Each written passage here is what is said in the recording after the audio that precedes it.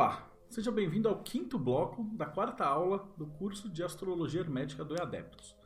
Então, nesse bloco nós vamos estudar um pouquinho do que são as casas zodiacais. Então, nós já percebemos que o nosso mapa está dividido na abóboda em 12 signos, que 30 graus cada signo. As casas, elas representam a parte interna do mapa. Aí você me pergunta, por que existem as casas? É porque o céu é tridimensional e a nossa folha de papel é bidimensional. Então vocês vão reparar que aí as casas elas variam de acordo com a sua localização e com o horário onde você nasceu. Então, se você nasceu mais próximo do Equador, as casas vão ficar mais distribuídas. Se você nasceu muito para o norte, elas vão dar uma diferença. Se você nasceu lá muito para o sul, ela vai dar uma outra diferença. No inverno, você tem noites maiores, dias menores. No verão, dias maiores, noites menores e assim por diante. Então, para fins práticos, eu não tenho necessidade de aprofundar muito o porquê. Entende-se que a casa é a transposição da tridimensionalidade do céu dentro da bidimensionalidade do papel. Então, as casas elas vão ser numeradas de 1 até 12. Você consegue enxergar isso no seu mapa, elas estão numeradas dentro no círculo interno. Então você já consegue ver em que casa está cada planeta dentro do seu mapa. Então gasta um tempo aí tentando olhar e achar cada planeta em cada casa onde que ele está. Tá ok? Depois que você fizer isso, a gente vai começar a dar uma olhada de qual seria a base para estudar cada casa. As casas estão diretamente relacionadas com o signo na ordem do zodíaco. Então a casa 1 tem a energia de Áries, a 2 de Touro, a 3 de Gêmeos e assim por diante. Cada uma delas dando um reflexo de onde você atua melhor com essa energia. Quando você estiver estudando o seu mapa, a resolução final vai ser aquela somatória de planeta com signo com casa. Então o planeta nós já vimos que é a esfera da árvore da vida, o signo é onde ele está vibrando, e a casa seria onde ele está imerso, ou seja, aquele espaço energético que está envolvendo a sua árvore. Então ele vai trabalhar melhor onde você consegue colocar essa energia. Vamos dar uma olhada agora casa por casa para a gente entender melhor esse conceito. A casa 1 vai representar você. Não é à toa que o ascendente é a cúspide da casa 1. Ela lida com as suas ambições e impulsos pessoais, o corpo e a face que você apresenta ao mundo. A influência bem forte dessa casa está explícita dentro do ascendente. O signo ascendente, reflete seu temperamento geral, gostos e aversões de personalidade. Em um sentido, o resto do seu mapa é filtrado pelo seu ascendente. A casa número 1 está ligada muito com autoconhecimento. Então os planetas que estiverem na casa 1, eles sempre vão trabalhar com o seu eu, com a sua busca pelo autoconhecimento, com o seu aspecto de liderança. Então quando você fala que você tem um planeta em tal signo, ele vai atuar melhor se ele estiver na casa 1, dentro do seu autoconhecimento. Essa energia vai ser melhor trabalhada para você ser um líder, ou seus aspectos de liderança, seus aspectos de coragem e tudo aquilo que a gente já estudou que esteja relacionado com o signo de Áries. A casa 2 reflete a sua atitude materialista, seus ganhos, dinheiros, hábitos de gastos.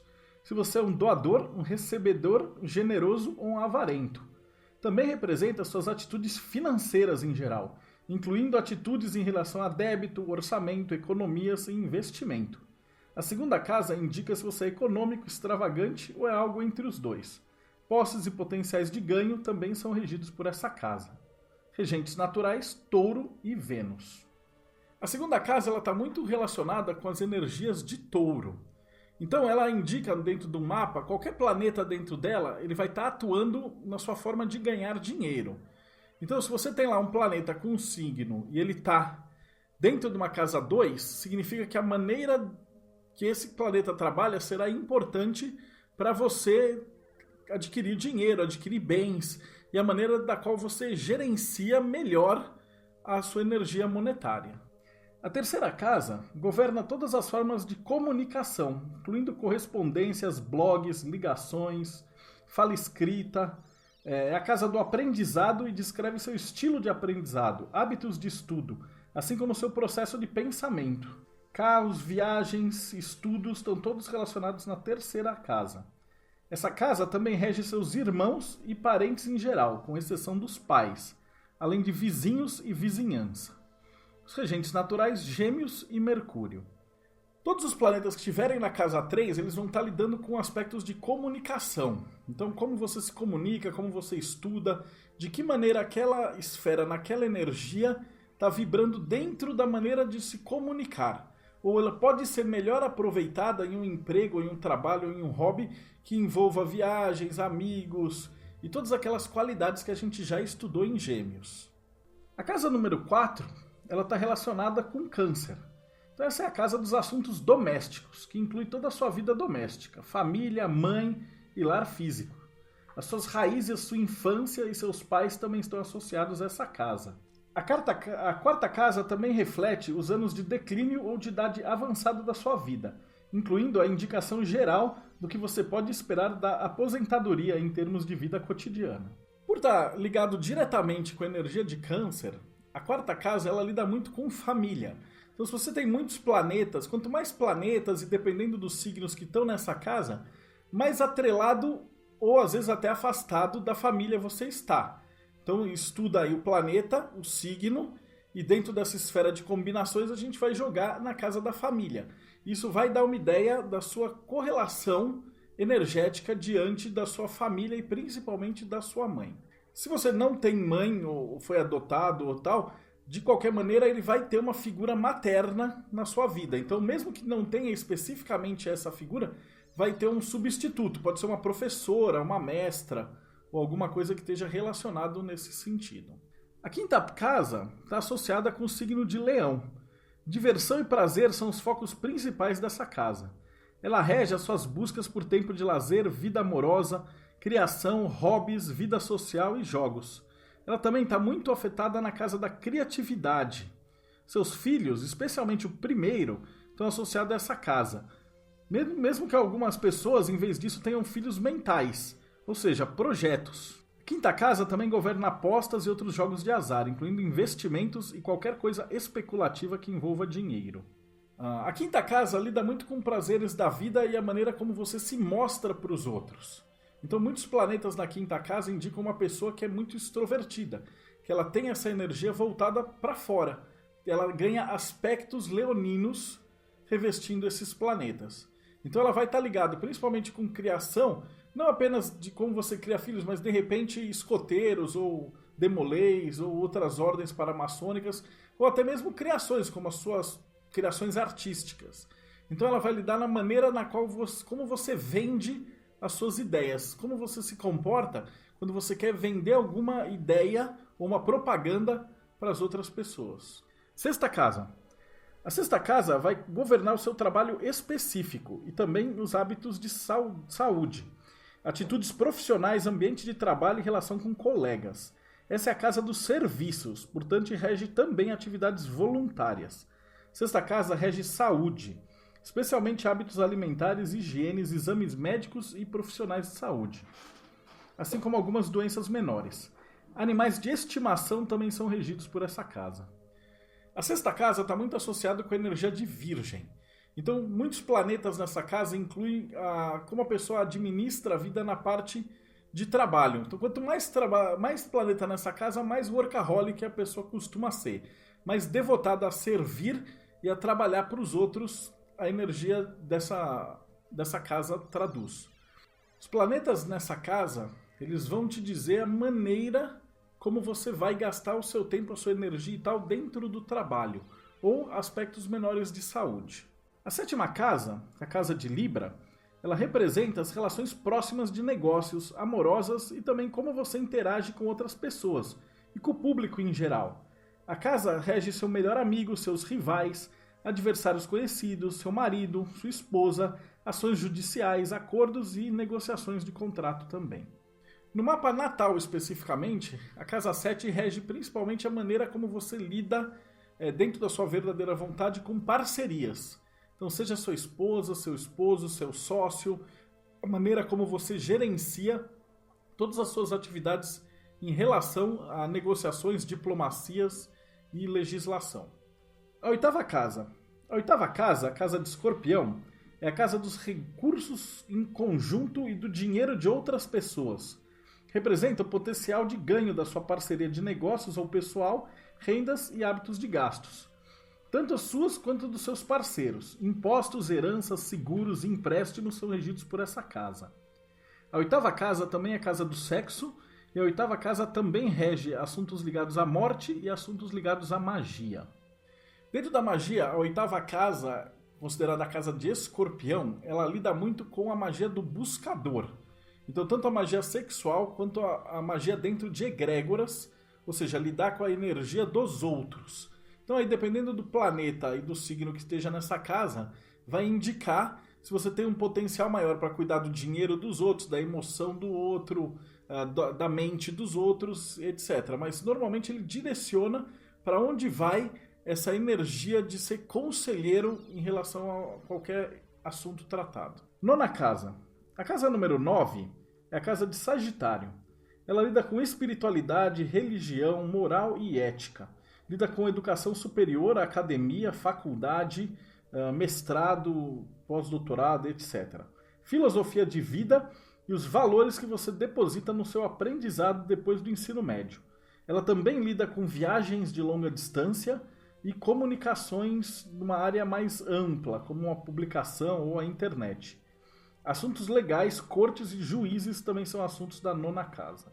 A casa de Sagitário vai lidar muito com filosofia de vida, ou seja, como é que aquele planeta e aquela energia captam a observação dos momentos ao redor e aplica isso na sua vida pessoal. Ou seja, como a pessoa literalmente aprende a viver, né? Tomando na cabeça, ela vive um negócio mais alegre. Como é que ela direciona os aprendizados de vida? E aí, aprendizado, a gente está falando mais do que tipo ensino básico. A gente está falando como artesão, como academia, como alguma coisa mais avançada. Então, aonde você faz ou como você trabalha as suas lições de vida, de que maneira você aprende na sua vida. A décima casa. A décima casa é a casa da hierarquia, reconhecimento, prestígio e status. Ela rege carreira e ambições profissionais, honras e promoções. A décima casa representa pelo que você quer ser notado e também a sua reputação. Relações com o chefe ou outras pessoas de autoridade, principalmente seu pai, está representado por essa casa. Também tem a ver um pouco com o governo.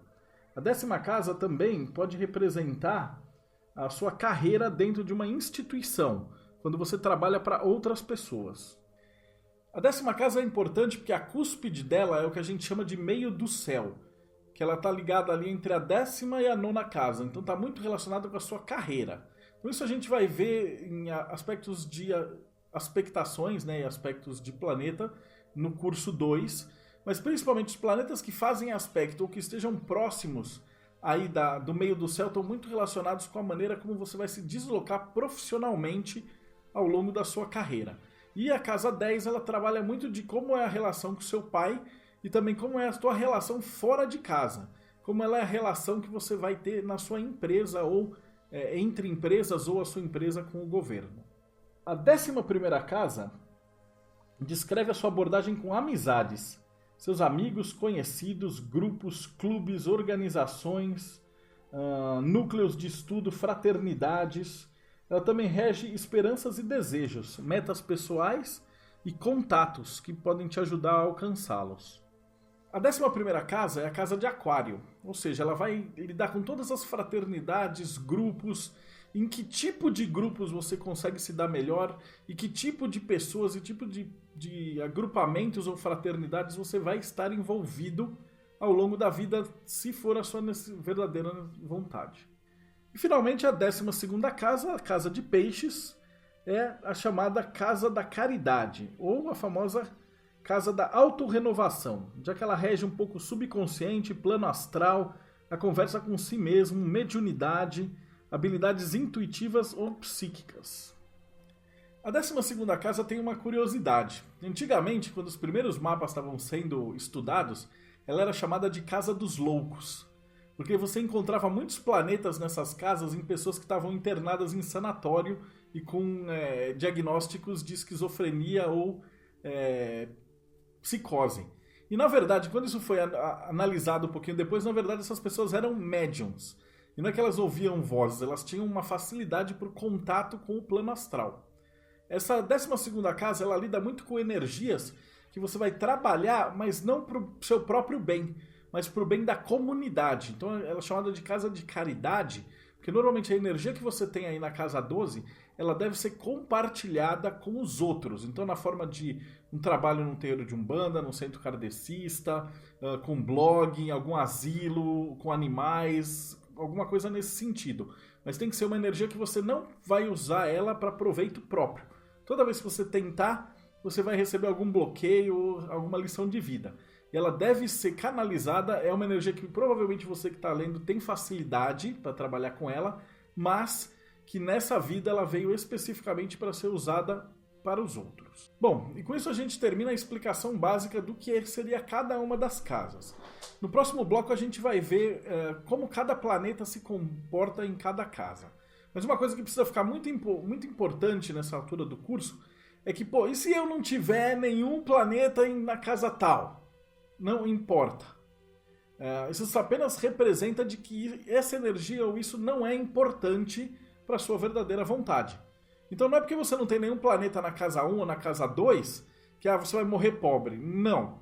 Ele simplesmente diz que a sua energia mesmo vai estar voltada para outros assuntos de maior importância. Então tudo vai estar direcionado. E uma vez que você realizar isso aí, é claro que dentro do mundo material, a menos que você decida ir morar nas montanhas que nem um monge, você vai ganhar o seu dinheiro, você vai ter o seu aspecto nos 4 mundos bem resolvidos. O ideal de você trabalhar o seu mapa é que você vai estar satisfeito no mundo material, no mundo emocional, no mundo intelectual e no mundo espiritual. Então, se não tiver nenhum planeta em alguma casa, não se preocupa, isso não é nenhum defeito. Isso é apenas uma característica do seu mapa específico. Mesmo porque ninguém tem todas as casas preenchidas. Nós temos 10 planetas e 12 casas. Então sempre vai ter casa vazia. E como os planetas às vezes se agrupam e tal, é muito comum você ter 4, 5 casas vazias. Pode ficar muito tranquilo. Então, no próximo bloco, os planetas em cada casa.